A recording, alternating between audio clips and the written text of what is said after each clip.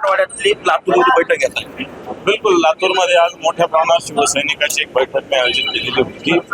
या बैठकीत शेतकऱ्यांच्या जे आंदोलन आहे त्याच्याविषयी दिशा ठरण्यात आली. शेतकऱ्यांना न्याय मिळण्यासाठी शिवसैनिकांनी कशा पद्धतीनं पावलं उचलावे त्याच्या पद्धतीनं निर्देश शिवसैनिकाला दिले. मला वाटतं येणाऱ्या काळात होणारा मोर्चा हा मराठवाड्याचा मोर्चा विराट होईल आणि त्याच्यात लातूरहून मोठ्या प्रमाणात शेतकरी सहभागी होतील. खरं म्हणजे मराठवाड्यात सप्टेंबर महिन्यात जवळपास 74 शेतकऱ्यांनी आत्महत्या केली आहे आणि सातत्याने मराठवाड्यामध्ये शेतकऱ्यांच्या आत्महत्या सत्र सुरू आहे.